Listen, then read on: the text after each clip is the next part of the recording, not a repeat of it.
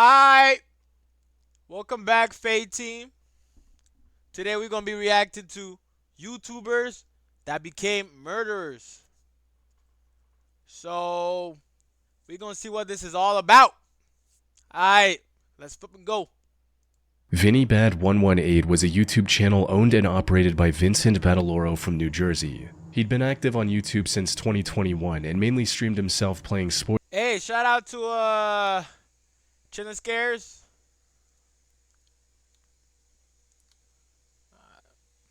games like MLB The Show. On September 30, 2025, he went live with another one of these streams. And for someone stumbling onto this live broadcast, nothing about it felt odd. That is, until they started watching and noticed his chat asking him odd questions like, "Are you going to jail?" and "How you gonna get paid in jail?" Things became even more strange when some of his viewers started calling him a killer over and over again. However, this label wasn't an exaggeration. As it turned out, Vincent was hosting this stream less than a day after allegedly ending the lives of two teenage girls in a neighboring town. And Come on, bro. Bro, come on, bro. This is sick, bro. Bro, I done live two girls, bro. Like, bro, this is disappointing, bro. Like, come on, bro. Really, bro? And I bet he was over some, like, I don't know, some hatred, some high school hatredism or something. I don't flipping know, but yeah, this guy, just by looking at him, bro, this guy, I don't know. This guy looks like he lives in in his mom's basement, bro. Like, damn, bro. he didn't seem the least bit remorseful. The incident happened on September 29th, just before 5:30 p.m. 17-year-old Maria Neotis and Isabella Salas were riding e-bikes in a residential neighborhood in Cranford, New Jersey, when they were suddenly hit by a speeding car seemingly out of nowhere. What? A speeding car, bro? Yo.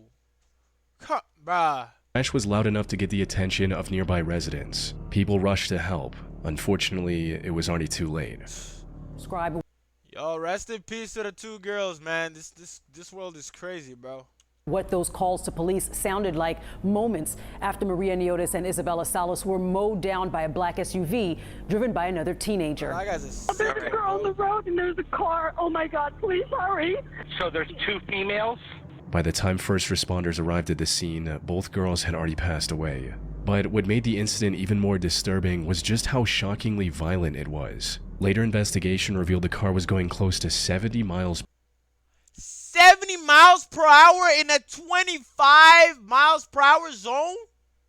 Are you serious, bruh? Damn, 70 miles per hour, bro? Yo, that's fast, bro. Yo. Whew. per hour, or over 110 kilometers an hour in a neighborhood 110 kilometers an hour? That's what we use up here in Canada, bro. But damn, 110 in the 25? with a speed limit of just 25 miles per hour, or roughly 40 kilometers per hour. The resulting collision sent the girls flying across the street, with one victim coming to rest approximately 100 feet from the impact site. 100 feet from the impact site? Nah. Yo, this guy's messed up, bro. Hey, this is wild, bro. This is stupid, bro. Like, according to eyewitness reports, the driver tried to drive away immediately after the incident, but the crash was so violent that the impact had lodged one of the e-bikes into the car, forcing the driver to ditch it and flee on foot. Fortunately, this allowed investigators to run the license plate and trace the car back to its driver, 17-year-old Vincent Badaloro. Vincent, bro is still in high school, and I bet he was over some, I don't know, like, bro probably liked her and stuff, but she really wasn't into him and all that, and bro was just nudging and bullying her because of that and all that. Like, come on, bro. Bro, you're 17, bro. If a girl doesn't like you, leave her flip alone, bro. Damn.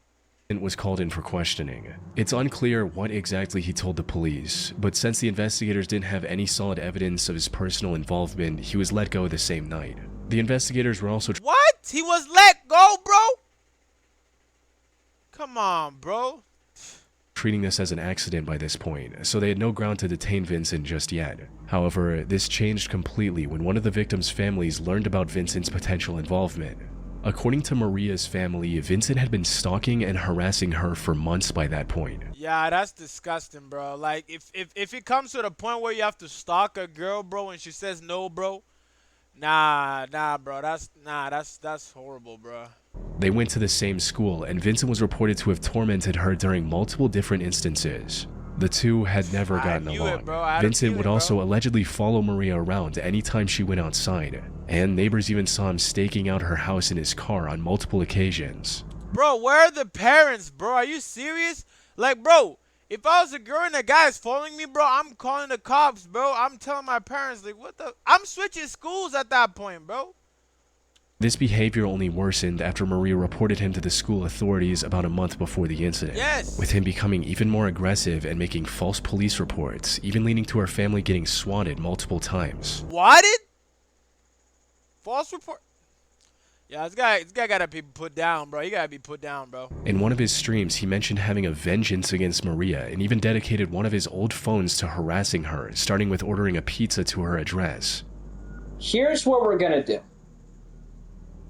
I think Maria's hungry. I think we're gonna send her a pizza. Cheer her up. So, y'all know I have a vengeance against this girl.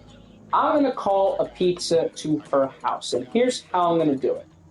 Investigation also revealed that Vincent's own parents had called the police 4 times regarding his increasingly violent and out-of-control behavior over the last few months. He was becoming more erratic, and combined with Maria getting him in trouble at school, was likely harboring deep resentment towards her. Put simply, there was a strong chance that what happened wasn't an accident. He possibly wanted to take his anger out on Maria, and Isabel was— Yeah, bro, because he's flipping like, that's weirdo, bro. He's a flipping weirdo, following girls around and stuff like that.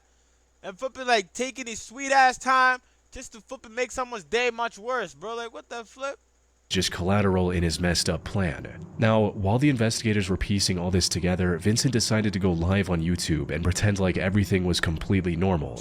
However, people in his community had learned about his possible involvement in the case by this point, resulting in the chat messages we mentioned earlier. He tried to dismiss these messages as just hate comments and drama, but eventually decided to address the situation in the vaguest terms possible.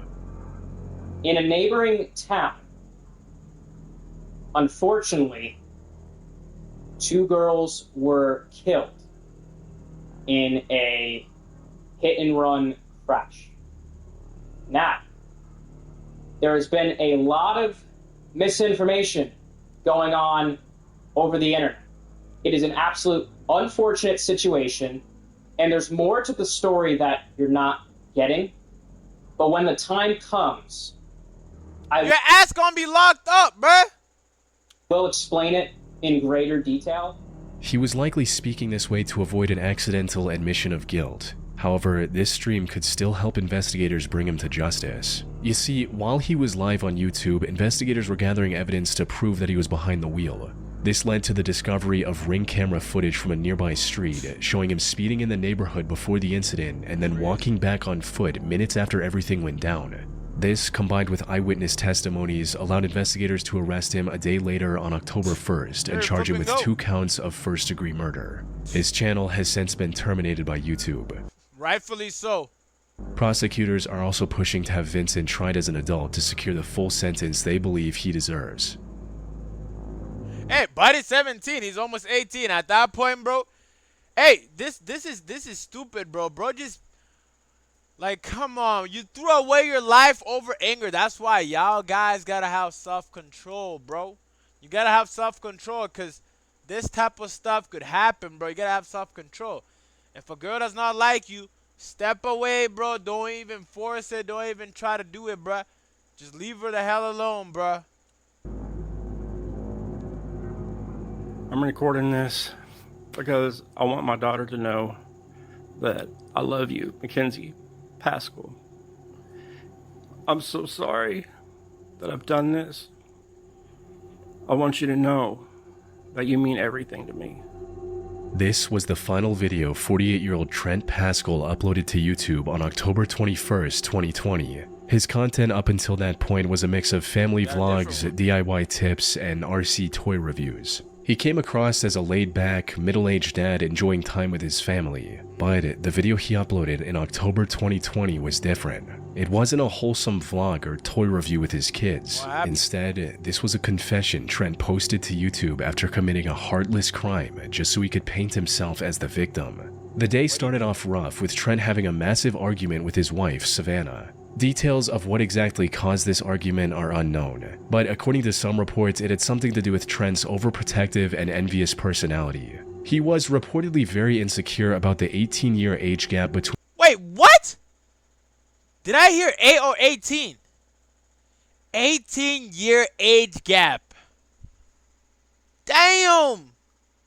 18 years, bro?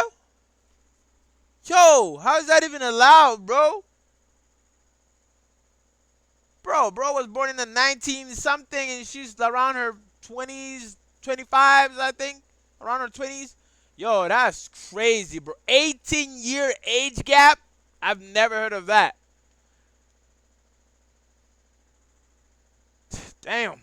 between him and Savannah. He saw anyone even remotely close to her as a threat and tried to control every aspect of her life, which also led to many clashes between the two over the years. Regardless of the reason, the argument on October 21st ended with Savannah dropping their 2 kids at school and then driving over to live at their mother Shirley's house in Lamarck, Texas. Neighbors also saw Trent storming out not long after. Savannah and Shirley went out to check on the kids at school later that day before returning home at around noon. Shirley went straight to the master bedroom to freshen up, but nothing could have prepared her for what was waiting for her inside. The moment she stepped into the bathroom, Trent leaped out from behind the shower curtain with a firearm in his hand.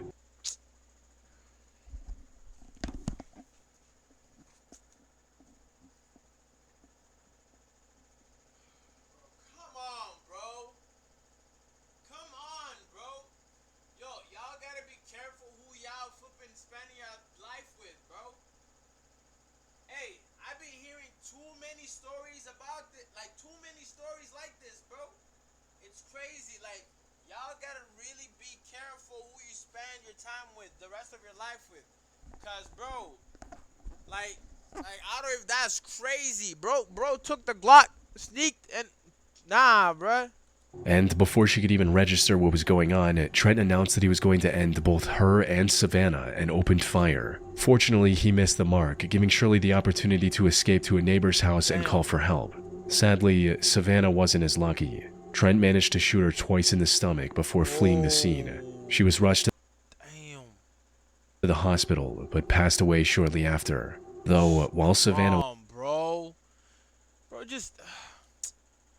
was fighting for her life, Trent uploaded this video to his now deleted second channel explaining his reasoning for the heinous crime.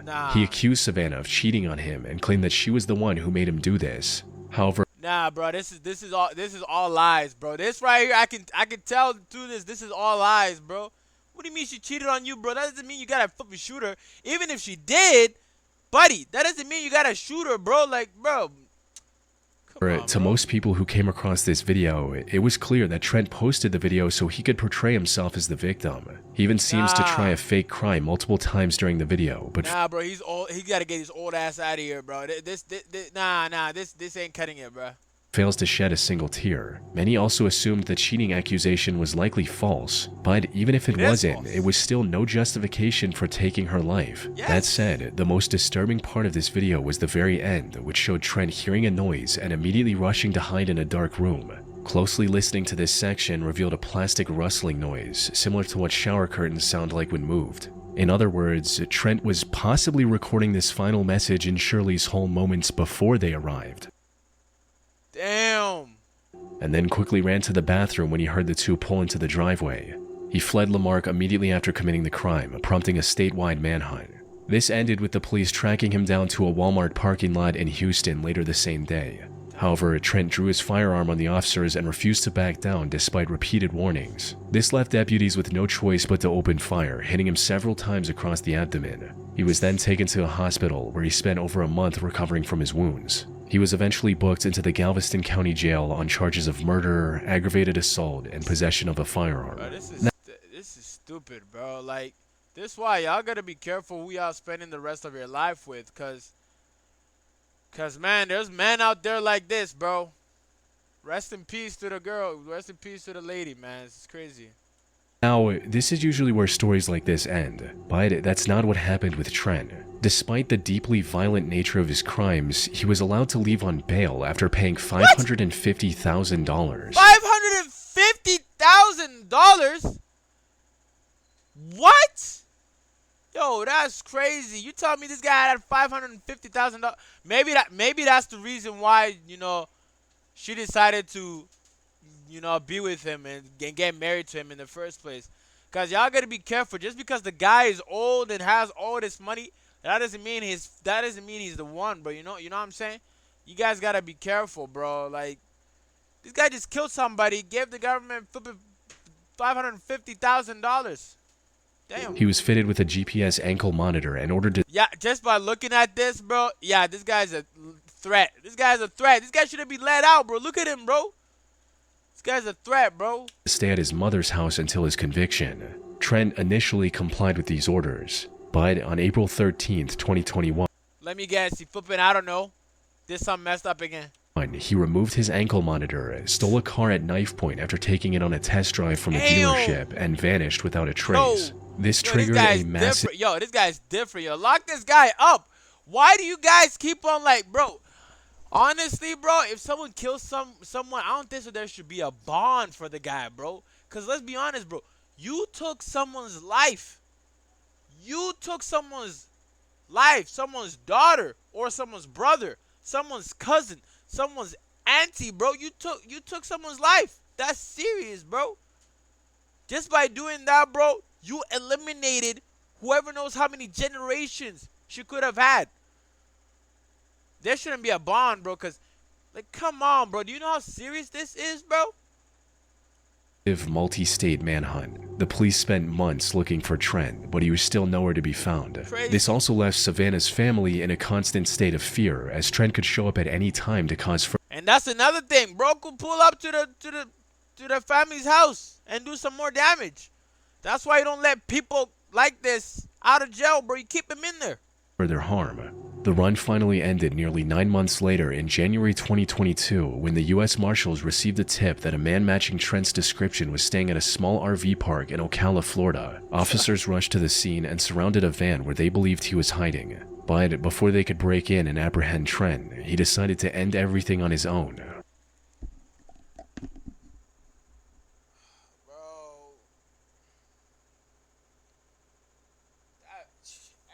Story I hear like this, bro, always end up with the guy who killed his wife killing himself. Come on, bro. You guys got to be careful who you spend your time with, bro, for the rest of your life, because that could either build you up or that could destroy you. But rest in peace, man, to all of them, man. Rest in peace, man. Robbing Savannah's family of seeing any justice through the legal system. Lane Maurice Davis joined YouTube all the way back in September 2009 under the name Seattle for Truth. Most of his videos have since been deleted by YouTube for policy violations, but they were mainly about right-wing political commentary and rants about current events. Some of these videos also revolved around Lane trying to prove various conspiracy theories. Lane also did an internship under British far-right commentator Milo Yiannopoulos at one point, though it didn't last very long. So his YouTube channel was the only thing Lane focused on for most of his adult life. But while he did have a sizable following across socials, most of his videos didn't attract enough viewers to provide a sustainable income. 3 billion views? Damn. This forced Lane to live with his parents and rely on them for monetary needs, which apparently... Guys, look. If you guys are if you guys are reaching the age of 18 and up, have a job, man. Make sure you have a job by then, bro, because life is getting serious, man. If this has to be you, bro, living with your parents, I'm not saying that's totally bad, but make sure you're trying, giving your all, bro, looking for a job, and of course, praying to the man above, so he can help you, because you can't do anything without God, right? So you gotta look for a job, man. Come on.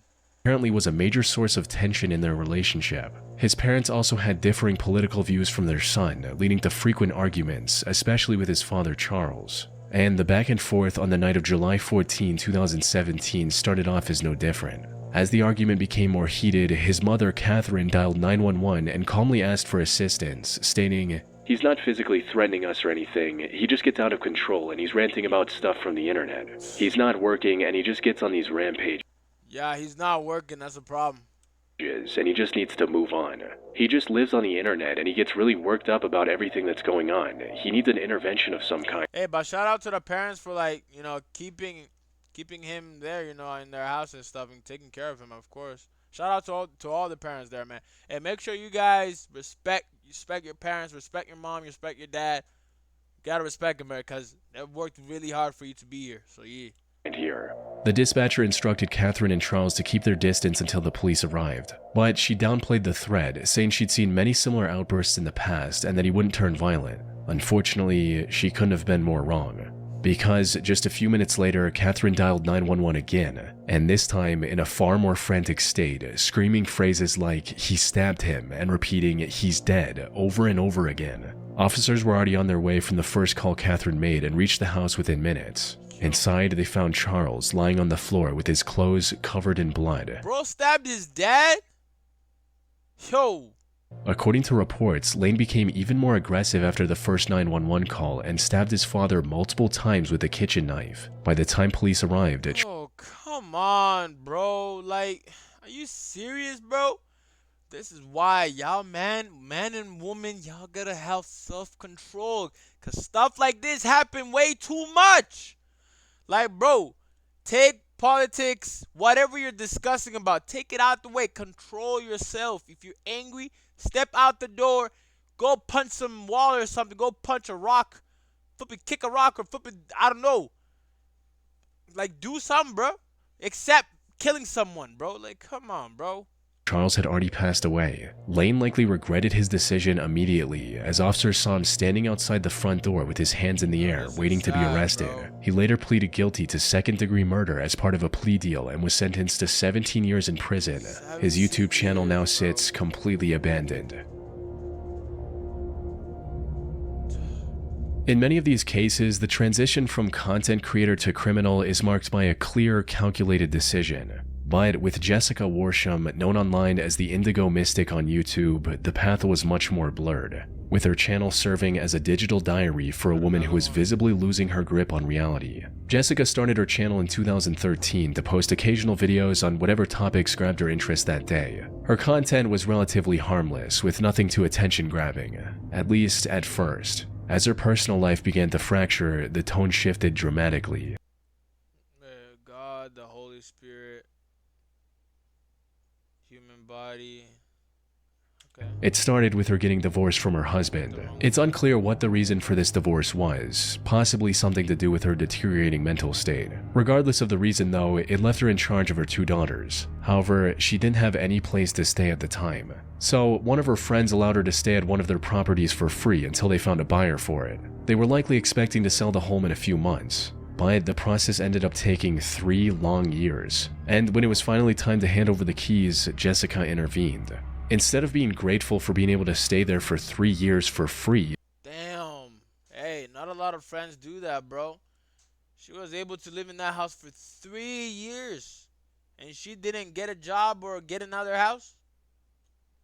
This is why, y'all gotta really, like, take care of your time, bro. Don't waste your time.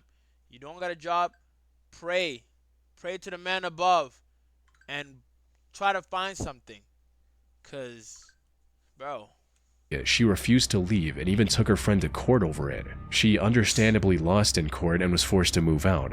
This upended the life she'd built over the last 3 years and marked the beginning of her downfall. The stress of losing her home, combined with her pre-existing mental conditions, proved disastrous. She refused to accept the reality and became delusional, thinking that the judges were part of some evil group alongside her family members and were out to get her and her daughters. So the first person I would like to mention is Alan Berriman. He is my uncle, and he has been working with my other family members, one Angie Griffith. She lives in Danielsville.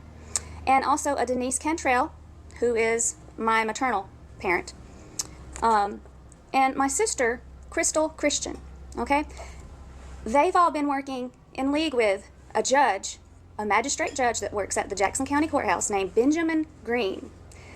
He's been doing under the table type things that he's not supposed to be doing, and Alan Berryman and those mentioned afterwards have been in league with this particular judge individual and to steal my home from me. Jessica began posting videos ranting about these made-up conspiracies, like how the government was trying to depopulate the world with the COVID vaccines. She was clearly losing her grip on reality, even posting videos directly addressing the judge she believed had wronged her in the past. Anyway, this message is for Benjamin Green. I know you're watching me, and I know you're scared. And you should be. Dingledorf, he's too scared. He's too scared to even try to communicate with me telepathically, but you're scared, aren't you, Benji? Ben. Good old Benji. You used to be a good person, didn't you, Benji? You did. You used to actually have the desire for justice and the desire to do good by people. What happened? What happened? Did you let the greed of the world get to you? Did you let that secret society that you're a part of talk you into all this stuff? However, this was only the beginning. The situation truly began to unravel when her ex-husband filed for custody of their 2 daughters in mid-2020. Cause she losing her mind, bro. If this was my wife, bro, and she doing this, I'm filing custody on my child, bro, cause I don't trust her, bro. Jessica didn't have a solid roof over her head and wasn't sending the 2 girls to school either. Her behavior online was also becoming more and more erratic with each passing day. In addition to her rambling about topics that made little sense, she also posted videos waving around the firearm she had, threatening anyone who wanted to get in her way. Put simply, she was becoming dangerous to her own children. Her ex-husband filed for Hey, CPS, bro. Take the flipping kids away from her, bro. temporary custody until Jessica found proper residence and got professional help for her degrading mental state. But in her delusions, Jessica saw this as yet another attack on her from the same group that took away her home. Today is a rather unfortunate day, to be honest with you. I'm actually going to court today Bro, she's against wearing the some people that are same headphones in every single video. You gotta realize that? trying to take my children from me. The same people that took my home from me.